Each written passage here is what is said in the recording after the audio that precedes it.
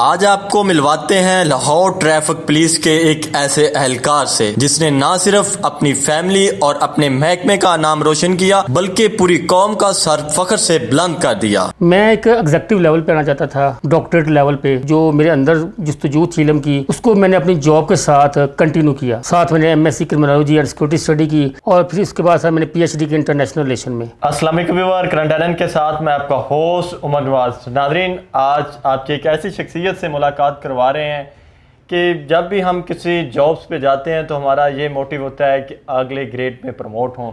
लेकिन आज मेरे साथ जो मेहमान शख्सियत मौजूद हैं वो अगले ग्रेड में प्रमोट होने की बजाय उन्होंने तालीम हासिल करने को तरजीह दी। जब ज्वाइन की पुलिस फोर्स तो तब थे आबिद नज़ीर और आज हैं डॉक्टर आबिद नज़ीर। आइए आज उनसे गुफ्तगू करते हैं और जानते हैं इस सफ़र में क्या दुश्वारियाँ पेश आईं, क्या कुछ फेस करना पड़ा। सर, सफ़र में बहुत सी मुश्किलात आई, बहुत सी चीज़ें आई, लेकिन सर मैंने अपना टारगेट को जो है ना वो उसको जो है ना वो इग्नोर नहीं किया। टारगेट सर मेरा सबसे पहले था, मैं एक एग्जेक्टिव लेवल पे आना चाहता था, डॉक्टरेट लेवल पे। और सर इस तालीम, इस सफ़र को सर मैंने जो मेरे अंदर जस्तजू थी इल्म की, उसको मैंने अपनी जॉब के साथ कंटिन्यू किया। मैंने सर लाहौर में जब ऐसे ही मैं ट्रैफिक वार्डन भर्ती हुआ, ट्रेनिंग के बाद सर मैंने जो है ना जी वो अपनी स्टडी को जो कंटिन्यू किया। मैंने CSS की तीनों अटैम्प्ट्स ली, साथ मैंने MSc criminology and security study की। कंपटीशन में तो मैं पास ना हो सका अनफॉर्चुनेटली, कुछ उस वक्त एक्सपोजर नहीं था, कुछ एक्सपीरियंस नहीं था इस हवाले से। लेकिन सर मैंने जो है ना वो अपना सफ़र जारी रखा। उसके बाद सर मैंने LLB की, उसके बाद सर मैंने MPhil किया पीस एंड कॉन्फ्लिक्ट स्टडी में NDU इस्लामाबाद से, और फिर उसके बाद सर मैंने PhD की इंटरनेशनल रिलेशन में। कहाँ से करते हैं सर? मैं कोड़ा से बिलोंग करता हूँ। एक देहाती बैकग्राउंड से और शहर में आया और शहर में आके ये अचीवमेंट है आपकी? जी सर, बिल्कुल अचीवमेंट है। और सर सबसे जो बड़ी इसमें अचीवमेंट ना सर, मैंने ये दौरान ड्यूटी किया और बगैर किसी छुट्टी के, बगैर किसी स्पेशल जो है ना वो पोस्टिंग के किया, और मैंने फील्ड ड्यूटी में रह कर किया। हमेशा ये ख्वाहिश होती है कि सब इंस्पेक्टर से इंस्पेक्टर में जाऊँ, इंस्पेक्टर से DSP पे जाऊँ, DSP से SP पे जाऊँ। आपने तालीम की तरफ तरजीह दी, हालांकि जब जॉब मिल जाए, भर्ती हो जाए तो फिर ध्यान जो है ना अगली प्रमोशन की तरफ होता है, तालीम की तरफ नहीं होता। क्या वजूहात है इस पर? सर देखिए, कुछ चीज़ें हैं जो मेरे बस में हैं। मेरे बस में तालीम थी, डिग्री इम्प्रूव करना थी, जो भी थी मैंने वो किए। लेकिन सर जो डिपार्टमेंट के काम है वो डिपार्टमेंट ने करने हैं। अगर मेरी तरक्की नहीं हुई, या मैं ट्रैफिक वार्डन था और आज भी 17 साल में ट्रैफिक वार्डन हूँ, तो जो इस सिस्टम में खामियां हैं तो वो डेफिनेटली डिपार्टमेंट जो है ना वो जो एग्जेक्टिव लेवल के लोग बैठे हैं उनको जो है ना वो उनकी जो है ना वो है, और वो कर रहे हैं, बेहतरी की तरफ आ रहे हैं। ये नहीं सोचा तब तो कि यार क्या तालीम क्या करना है, इसका क्या फ़ायदा है, अब भर्ती हो गया तो रहना तो यही है, तो क्यों ना मैं आगे इंस्पेक्टर की तरफ कुत्ता करूँ, इंस्पेक्टर बनने के लिए, अगली प्रमोशन के लिए। सर बात यह है कि मैंने इस सफ़र के दौरान मुख्तलिफ जगह पे जो है ना वो मैंने स्टार्टिंग में, जैसे आपको मैंने बताया, CSS वगैरह की मैंने तैयारी की, कामयाब हो सका। लेकिन सर उसके बाद मैंने ये सोचा कि मैं एक ऐसे लेवल पे चला जाऊँ जहाँ पे जिस लेवल पे लोग फिंगर टिप्स पे हैं, PhD लेवल के लोग जो है ना वो सब फिंगर टिप्स पे हैं। सख्त गर्मी, मौसम की शिद्दत को बाला ताक रखा। सर्दी में आपने खड़े हुए एक ट्रैफिक जो सिग्नल है, रोड के सिग्नल पे खड़े हुए, फिर आके स्टडी करना कितना मुश्किल होता था? सर सबसे पहली बात तो ये है कि अल्हम्दुलिल्लाह सर मैंने एक जो 8 घंटे ड्यूटी भी की है, और उसके दरमियान में जब मैं इस्लामाबाद में था तो उसमें सर उस स्टडी सारी मेरी रेगुलर है।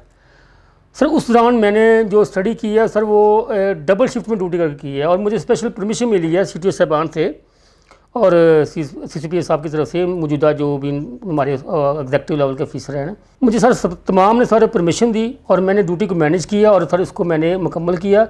और सर जो इस पे रहने वाली बात है, जॉब मेरे लिए प्रायोरिटी थी सर। जॉब के साथ बगैर तो मैं डेफिनेटली कुछ भी, जब मेरी अर्निंग सर नहीं है तो मैं कोई भी गोल अचीव नहीं कर सकता। अच्छा, आपकी जो भर्ती है वो लाहौर की है, बिलोंग आप उकाड़ा से करते हैं, MPhil आपने इस्लामाबाद से किया, ये कैसे मैनेज हुआ, किस तरह ये किया सब? सर हमारे यहाँ शिफ्ट सिस्टम है और कोई SOP नहीं है कि कोई हम इसको जो है ना वो कर सके। सर मैंने NOC लेकर इस्लामाबाद में मैंने एडमिशन लिया, NDU इस्लामाबाद में मेरा एडमिशन हुआ, और मेरे लिए बड़ी एजाज़ की बात थी कि एक अच्छे इंस्टीट्यूट में मेरा एडमिशन होना। सर उसके लिए सर मैंने जो है ना अपने CTO साहब से और CCPA साहब से मैंने परमिशन ली सर मैंने एक दिन में सर 2 डबल शिफ्ट ड्यूटी की। जुम्मा, हफ्ता और इतवार सर मैं डबल शिफ्ट में ड्यूटी करता था। 17 घंटे, 16.5 17 घंटे, सुबह 7 से लेकर 3 तक और 3 से लेकर 11 तक। और अपने मैंने वो जितनी भी हमारी वो कारकर्दगी थी उसको सेम जो कैटेगरी में हमने इसको मुकम्मल किया। मंडे, ट्यूसडे, वेडनेसडे, थर्सडे मेरी क्लासेस होती थी इस्लामाबाद में, तो सर वहाँ पे मैं अपनी इस्लामाबाद उसको कंटिन्यू किया।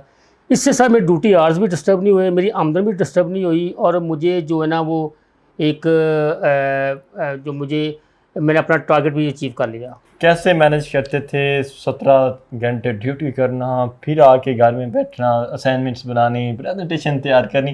कभी फेड अप नहीं होते थे कि यार मैं कहाँ रेयान स्नो एक राइटर हैं, मैं उनकी बुक्स पढ़ता हूँ, तो मुझे उनकी एक बड़ी एक मेरिकल स्मॉर्निंग के नाम पे तो वो उसमें कंक्लूड करता है, वो कहता है कि जब जो इंसान का अंदर होता है ना सर, वो उनके इंसान के बाहर की काशी करता है। आप अपने अंदर को जितना मजबूत करेंगे ना, अपने इरादों को मजबूत करेंगे, आपका इंद्र मजबूत होगा। जब आपका इंद्र मजबूत होगा तो आपको आउटर जो है ना वो भी बेहतर होगा, आपकी फिजिकल जो फोर्स ना वो आपके अंदर आएगी।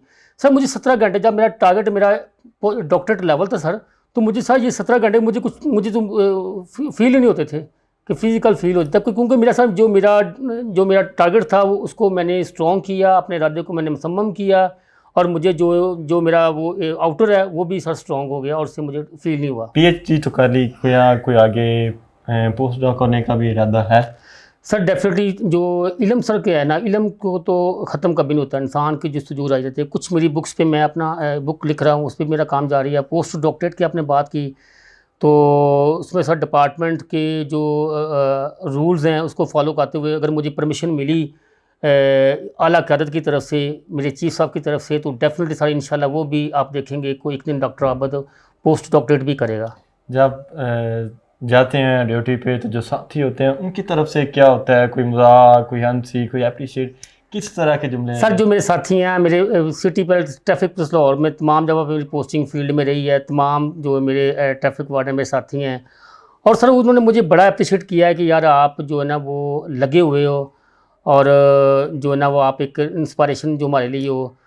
लेकिन सर बात ये है कि आपको इस लेवल तक आने के लिए आपके कुलीग की भी साथ आपकी मेहनत होती है, आपके दोस्त अहबाब की भी होती है, आपके वालदैन की भी होती है, आपके अफरान की भी होती है।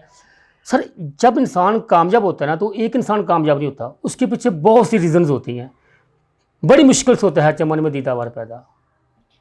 जब खुशी का लम्हा आया तो उस वक़्त साथ एक गम भी मिल गया, वालिद की वफ़ात हुई। जब ये डॉक्टरेट की डिग्री मिली तो क्या कहते हैं कि वालिदैन को ट्रिब्यूट पेश करने के लिए कि मैं अपने वालिदैन को डिग्री दिखाता है, इस दुख भरे लम्हे के हवाले से सर क्या देखिए बहुत बड़ा एक जब मेरे लिए ना, क्योंकि मतलब पहले माशाल्लाह वालिद साहब बिल्कुल ठीक थे, और 2-3 दिन के अंदर ही जो है ना वो हल्के हकीकी से जा मिले। उनकी सर ज़िंदगी में ना जो डेफिनेटली एक प्रोसेस जो है ना वो होता है, वो कंप्लीट हो चुका था, नोटिफिकेशन मेरा हो चुका था सर डिग्री आते आते। लेकिन सर जो एक ये जो लम्हा है ना, जो मेरी बहुत बड़ी एक ख्वाहिश थी कि वालिद साहब डिग्री भी देखते, और अल्हम्दुलिल्लाह जो उनकी दुआओं की वजह से मुझे ये जो फेम मिल रही है वो भी देखते, तो बहुत मेरे लिए काला काम कभी होना ये था। नहीं सोचते कि जिस दिन कन्वोकेशन में जाऊं तो डिग्री लेने के लिए पेरेंट्स साथ होते, वालिद होते, तो डिग्री वो वसूल कर रहे होते, वो लम्हा कभी याद आया? सर बहुत याद आता है कि काश होते, लेकिन सर हम अल्लाह के जो हुक्म है उसके आगे सरे हम हैं, हम जो है ना वो अल्लाह की रज़ा में राज़ी हैं। तो दुख तो इंसान को सर कभी जो है ना वो स्पेशली वालिद का दुख जो है ना वो तो कभी नहीं मालूम पड़ता। वैसे तो इंसान कभी जब वहाँ पे ट्रैफिक रूल्स के हवाले से कोई बंदा वायलेशन करता है, तो आप में और दूसरे वार्डन में क्या फ़र्क होता है कि आप किस तरह एक शहरी को ट्रीट करते हैं और वो कैसे करता है? सर अल्हम्दुलिल्लाह उसका सर मुंह बोलता, सर सबूत ये है कि पूरे 17 साल में मेरे खिलाफ कोई भी कंप्लेन नहीं गई। ये मेरा अल्हम्दुलिल्लाह, और सर मैंने अपनी डिग्रीज़ को प्रैक्टिकली जो है ना वो उसको इम्प्लीमेंट किया। मेरा लॉ है, मेरी क्रिमिनोलॉजी एंड सिक्योरिटी स्टडी है, मैं एज ए पुलिस ऑफिसर हूँ, 17 ईयर्स का मेरा ग्राउंड लेवल का एक्सपीरियंस है, और मेरी पीएचडी इंटरनेशनल रिलेशन में वार ऑन टेरर पे मेरा काम है। तो मैं जो पब्लिक की साइकी को बेहतर तरीके से समझता हूँ, और जितना कुछ मैंने पढ़ा है उसको इम्प्लीमेंट किया, और अल्हम्दुलिल्लाह मेरी जो ना मेरी बेहतरीन कारकर्दगी रही है डिपार्टमेंट के अंदर भी और पब्लिक के साथ भी। और उसका मैं आपको बता दिया कि अल्हम्दुलिल्लाह मेरी कोई भी ऐसी कंप्लेन नहीं है कि जिसमें मेरी कोई ये चीज़ किया जाओ कि किसी ने इसने मुझसे बदतमीज़ी की है या इसने हमें कोई ऐसा गड़बड़ किया। हमारे अक्सर ये देखते हैं कि वो किसी ने वायलेशन की रूल की तो फ़ौरन पकड़ा और चालान काट के हाथ में पकड़ा दिया। कोई उसको ग्रूमिंग नहीं करते, उसको बताते नहीं कि भाई ये आपने वायलेशन की है, आप चालान करना आपका मकसद नहीं था, आप इसको फॉलो करें, उसको समझाएं, बताएं कि ये अगर आप करेंगे तो ये हो सकता है। ये बहुत कम है हमारे जो वार्डन्स हैं उनका थोड़ा सा जो रवैया होता है वो तल्ख होता है शहरियों के साथ। इस हवाले से क्या कहेंगे? फिज़िकल चौक में खड़े आप 8 घंटे मुझे आप जो है ना वो दिखाएं और मुसलसल खड़े होकर दिखाएं, आपका जो डेफिनेट थोड़ा सा कुछ चीज़ें आ जाती हैं।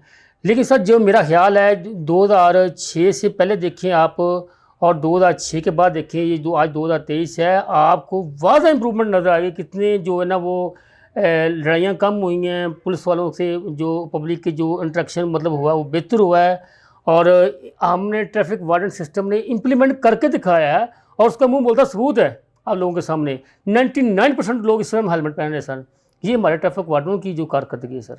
बहुत शुक्रिया डॉक्टर आबिद नज़ीर साहब आपका। नाज़रीन, आपने गुफ्तगू सुनी, उम्मीद है कि आपको ये गुफ्तगू पसंद आई होगी। अपने मेज़बान उमर नवाज़ को दीजिए इजाज़त। अल्लाह हाफ़िज़।